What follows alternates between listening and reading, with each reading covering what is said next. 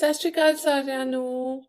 ਮੈਂ ਉਮੀਦ ਕਰਦੀ ਹਾਂ ਤੁਸੀਂ ਸਭ ਆਪਣੀ ਸਿਹਤ ਦਾ ਵਧੀਆ ਧਿਆਨ ਰੱਖ ਰਹੇ ਹੋਵੋਗੇ ਤੇ ਪੜ੍ਹਾਈ ਵੀ ਵਧੀਆ ਚੱਲ ਰਹੀ ਹੋਏਗੀ।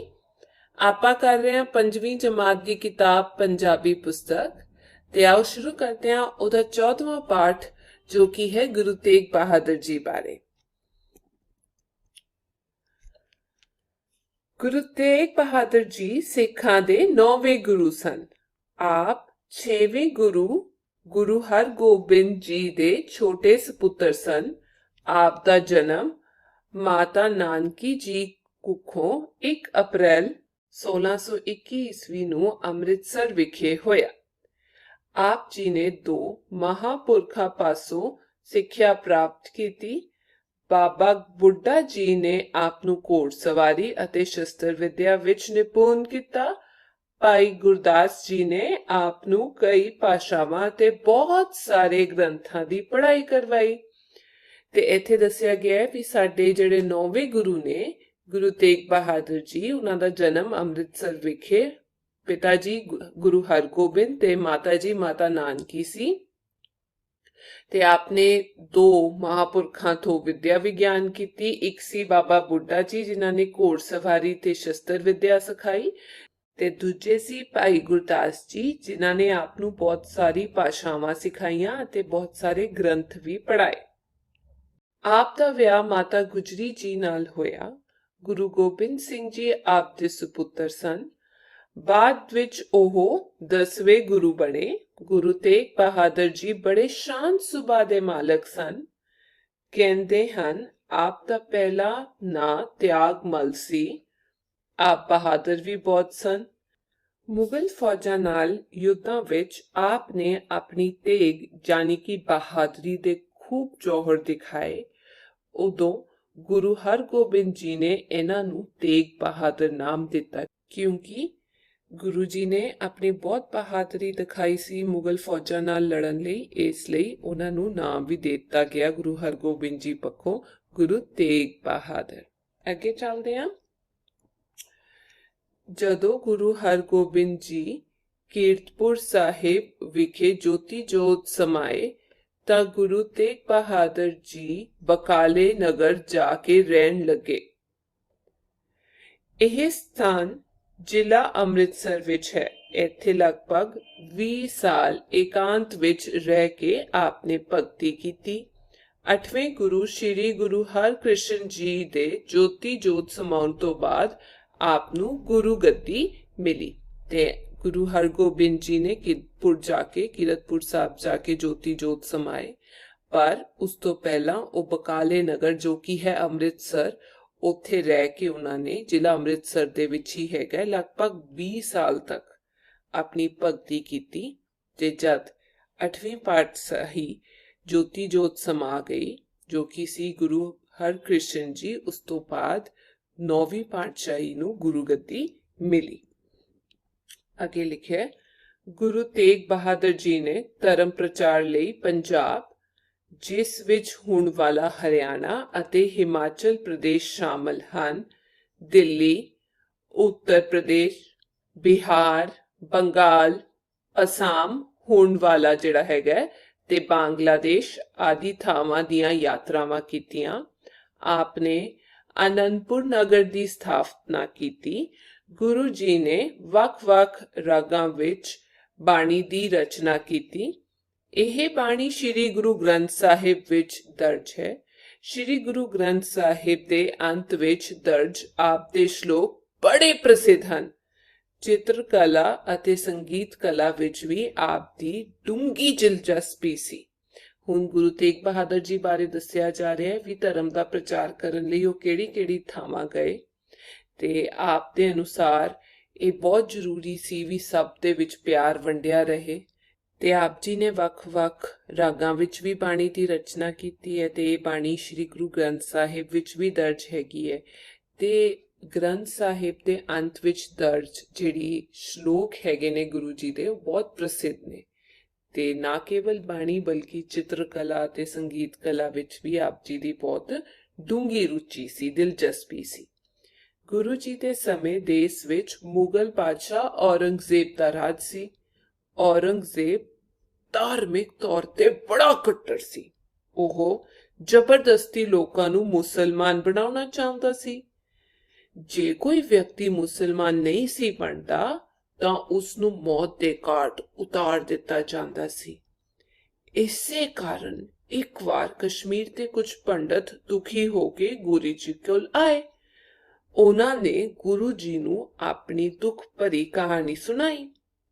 ਕਿਹਾ ਜਾਂਦਾ ਹੈ ਕਿ ਜਦੋਂ ਕਸ਼ਮੀਰੀ ਪੰਡਤਾਂ ਦੀ ਕਹਾਣੀ ਸੁਣ ਕੇ ਸਾਰੇ ਹੀ ਦੁੱਖ ਵਿੱਚ ਬੈਠੇ ਸਨ ਤਾਂ ਉਸ ਸਮੇਂ ਬਾਲ ਗੋਬਿੰਦ ਰਾਏ ਦਰਬਾਰ ਵਿੱਚ ਆਏ। ਉਹਨਾਂ ਨੇ ਗੁਰੂ ਤੇਗ ਬਹਾਦਰ ਜੀ ਨੂੰ ਇਹ ਕਹਿੰਦਿਆਂ ਸੁਣਿਆ, ਇਸ ਵੇਲੇ ਕਿਸੇ ਮਹਾਪੁਰਖ ਦੀ ਕੁਰਬਾਨੀ ਦੀ ਲੋੜ ਹੈ।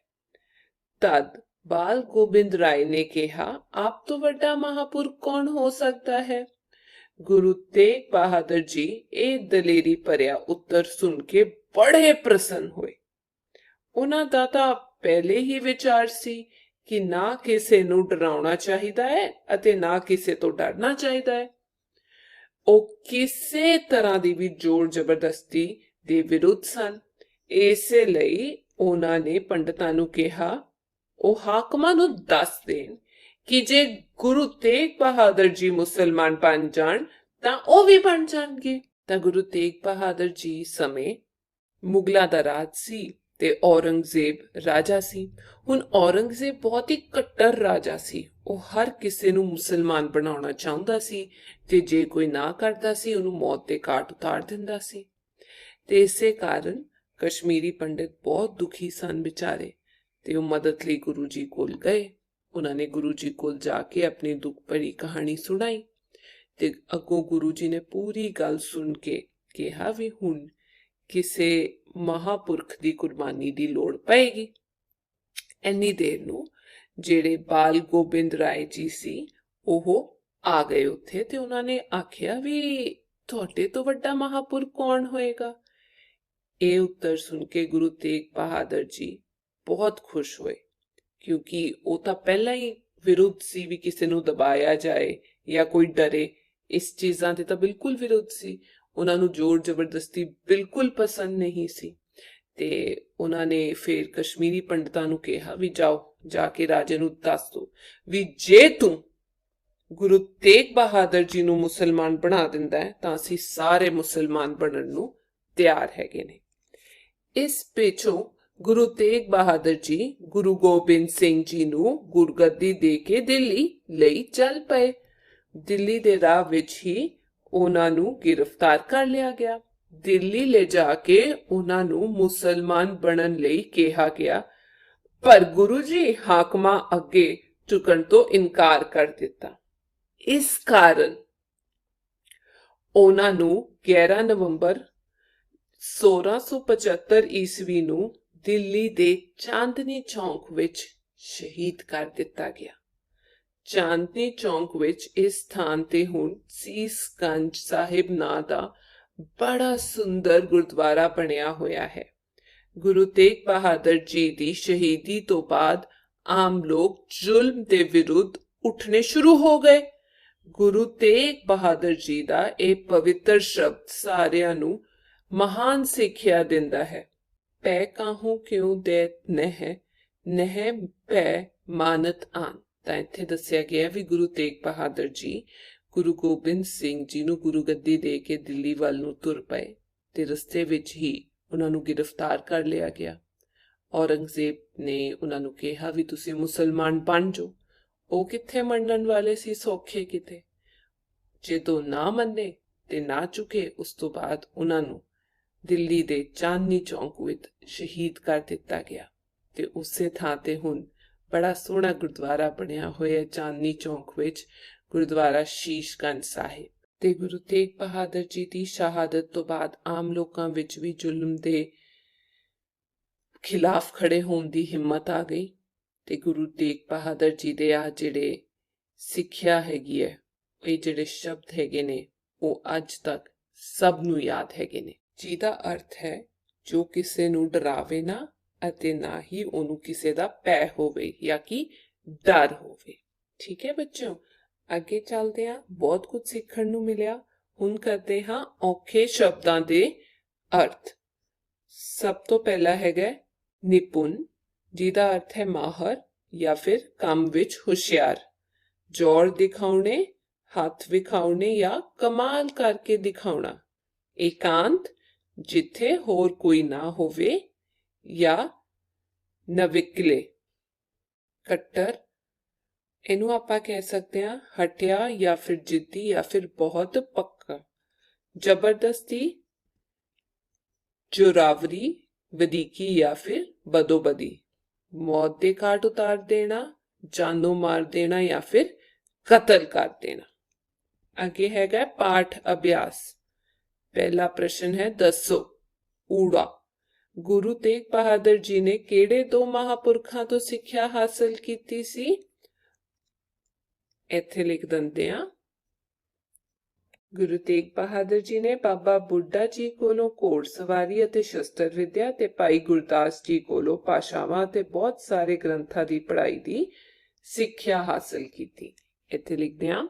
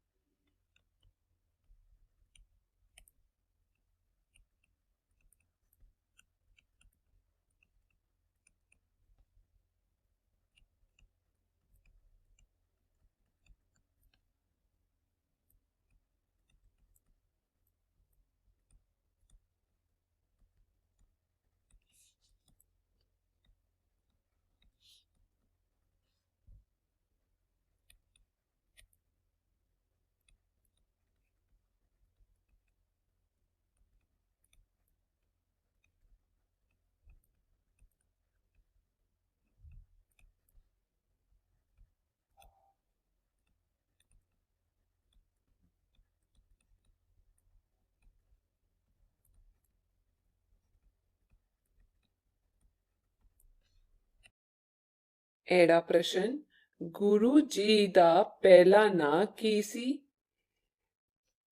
गुरु जी दा पहला नां त्यागमल सी।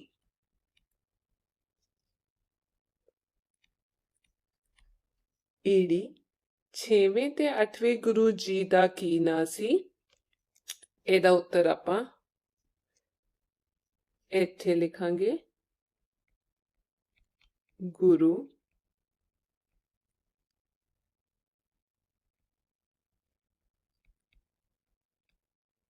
हरगोबिंद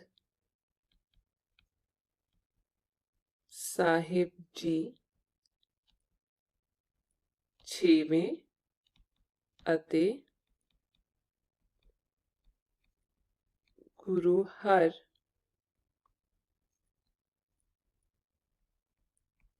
कृष्ण जी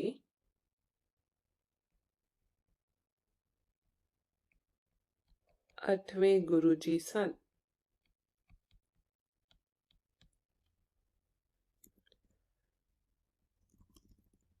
ससा कश्मीर दे पंडित केड़ी गल्लों दुखी सन?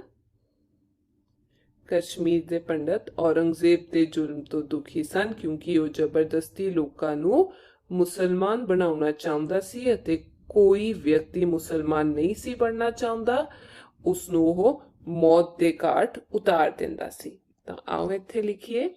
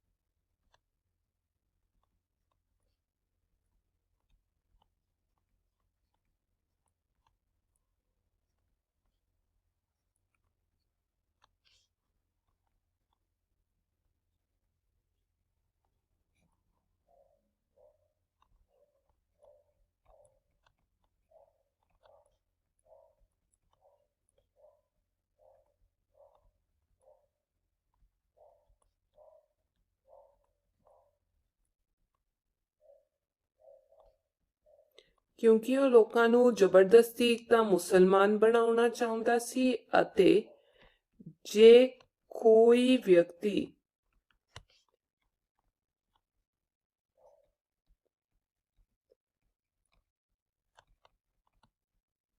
ਮੁਸਲਮਾਨ ਨਹੀਂ ਸੀ ਬਣਦਾ ਤਾਂ ਉਸ ਨੂੰ ਮੌਤ ਦੇ ਘਾਟ ਦਿੰਦਾ ਸੀ।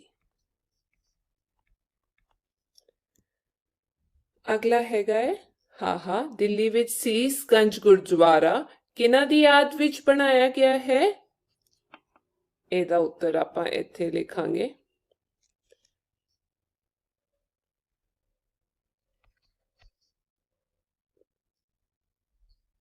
ਦਿੱਲੀ ਵਿੱਚ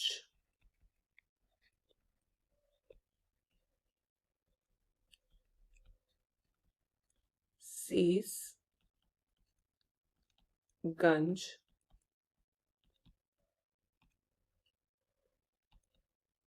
ਗੁਰਦੁਆਰਾ ਗੁਰੂ ਤੇਗ ਬਹਾਦਰ ਜੀ ਦੀ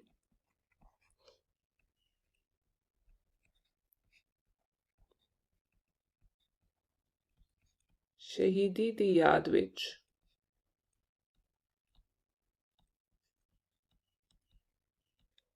ਬਣਾਇਆ ਗਿਆ ਹੈ।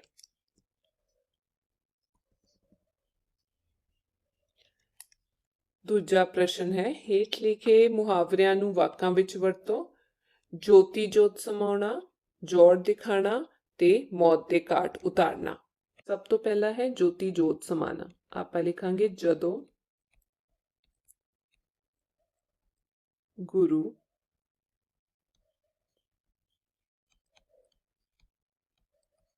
ਹਰਗੋਬਿੰਦ ਜੀ ਕੀਰਤਪੁਰ ਸਾਹਿਬ ਵਿਖੇ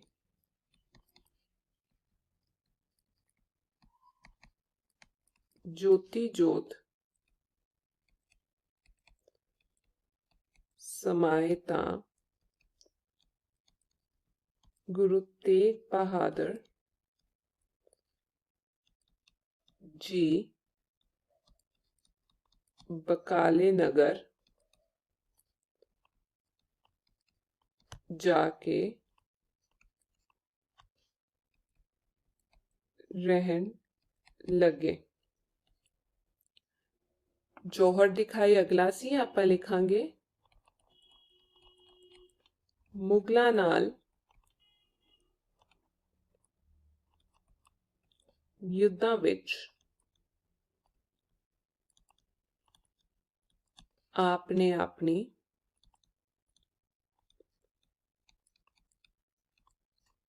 ਤਲਵਾਰ ਦੇ ਖੂਬ जोर दिखाए। तीजा है मौत दे घाट उतारना। आप लिखांगे जे कोई व्यक्ति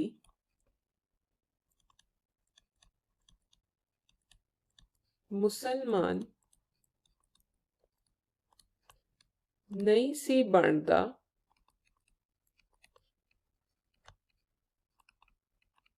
ਤਾਂ ਉਸ ਨੂੰ ਮੌਤ ਦੇ ਘਾਟ ਉਤਾਰ ਦਿੱਤਾ ਜਾਂਦਾ। ਠੀਕ ਹੈ ਬੱਚਿਓ, ਹੇਠਾਂ ਗੁਰਮੁਖੀ ਅਤੇ ਦੇਵਨਾਗਰੀ ਵਿੱਚ ਦਿੱਤੇ ਸ਼ਬਦ ਜੋੜਾਂ ਨੂੰ ਸਮਝੋ ਅਤੇ ਗੁਰਮੁਖੀ ਵਿੱਚ ਲਿਖੇ ਸ਼ਬਦਾਂ ਨੂੰ ਲਿਖਣ ਦਾ ਅਭਿਆਸ ਕਰੋ। ਇੱਥੇ ਲਿਖਿਆ ਹੈ ਅੰਮ੍ਰਿਤਸਰ, ਇਹ ਵੀ ਹੋ ਗਿਆ ਅੰਮ੍ਰਿਤਸਰ। ਇੱਥੇ ਹੈਗਾ ਸਪੁੱਤਰ, ਸਪੁੱਤ, स्थान स्थान, महापुरुष महापुरुष, शस्त्र शस्त्र, पाशा पाशा, त्याग त्याग, हरियाणा हरियाणा, होया हुआ, निपुण निपुण, व्याह विवाह, सुबह स्वभाव, भक्ति भक्ति, स्थान स्थान। ਅੱਗੇ ਲਿਖਿਆ ਚੌਥਾ ਪ੍ਰਸ਼ਨ, ਹੇਠਾਂ ਇੱਕ ਹੀ ਅਰਥ ਲਈ ਪੰਜਾਬੀ ਅਤੇ ਹਿੰਦੀ ਵਿੱਚ ਭਿੰਨ-ਭਿੰਨ ਸ਼ਬਦ ਲਿਖੇ ਗਏ ਹਨ। ਇਹਨਾਂ ਨੂੰ ਧਿਆਨ ਨਾਲ ਪੜੋ ਅਤੇ ਪੰਜਾਬੀ ਸ਼ਬਦਾਂ ਨੂੰ ਲਿਖੋ। ਕੁਰਬਾਨੀ, ਬਲੀਦਾਨ, ਮੌਤ, ਮ੍ਰਿਤਿੂ, ਲੋੜ, आवश्यकता, डर, भय, हाकम, शासक, जुल्म, अत्याचार। पंजवा प्रश्न है, हेठ लिखे वाकां विच लकीरे शब्द वेखो। ऊड़ा गुरु तेग बहादुर जी सिखां दे 9वें गुरु सन। एड़ा आप जी दा विआह माता गुजरी जी नाल होया। ईड़ी आप जी ने आनंदपुर नगर दी स्थापना कीती। ससा कुछ कश्मीरी पंडित दुखी होके गुरु जी कोल आए। ठीक है, यह लकीरे शब्द किरिया शब्द हैं। किसी किरिया शब्द तो कम दे होण दा पता लगता है। पाठ विचों अजिहे कुछ होर किरिया शब्द चुनो जिहदे नाल कम होण दा पता लगे। आओ देखिए किहड़े हैगे ने। आ लिखे ने किरिया शब्द सन सन, होया, कीती, किता, करवाई, होया, सन, बने, दिखाए, दिता, लगे, कीती, मिली, जिहदे तो कम होण दा पता लगे। कीतियां, कीती, दर्ज, राजसी, चाहुंदा, जांदा, आए, लोड़, सुनाई, प्रसिद्ध होए, चाहिदा, केहा, कम होया ना, बन जाणगे, गया, दिता, होया, हो गए। ठीक है बच्चों, हुण इन्हां चों कुछ शब्द आपां लिख लांगे। सन लिखिया होया, होया लिखिया है, कीती भी लिखिया होया है। आपां लिखांगे कीता, करवाई, बने, दिखाए, दिता, लगे, मिली, कीती इत्थे लिखिया होया। अगे चलदे हां, होर शब्द हैगे ने कीतियां,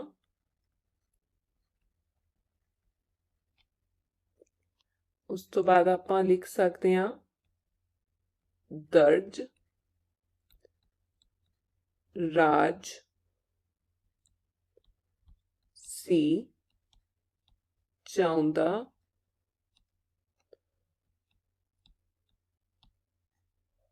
सुनाई, आए, लोड़, प्रसन्न होए, चाहिदा, केहा, जान के। होर आपां लिख सकते हैं इहदे विच हो गए। ठीक है, ये ज्यादातर आपां सारे शब्द लिखते ने। हुण आपां मिलांगे अगली क्लास च। तद तक तुसी अपना ध्यान रखियो। सत श्री अकाल।